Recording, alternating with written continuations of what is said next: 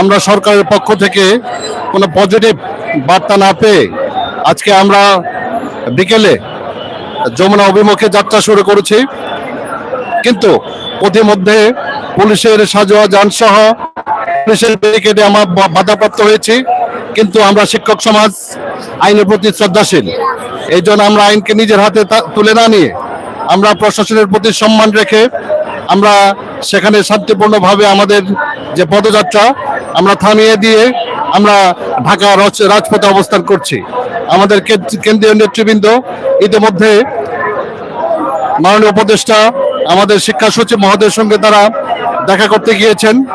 আমরা আশা করছি সারা বাংলাদেশের শিক্ষক সমাজ প্রত্যাশা করছে যে আমাদের দীর্ঘদিনের যে দাবি, আমাদের পেট ভাতের যে দাবি, আমাদের মান সম্মানের যে দাবি, আমাদের পরিবার পরিজন নিয়ে বাঁচার যে দাবি, আমাদের যে মৌলিক চাহিদা পূরণের যে দাবি, সেটা পূরণের যে আমাদের যে শুভক্ষণ, যে এমপিওর প্রজ্ঞাপন, আশা করছি সরকারের শুভবুদ্ধির উদয় হবে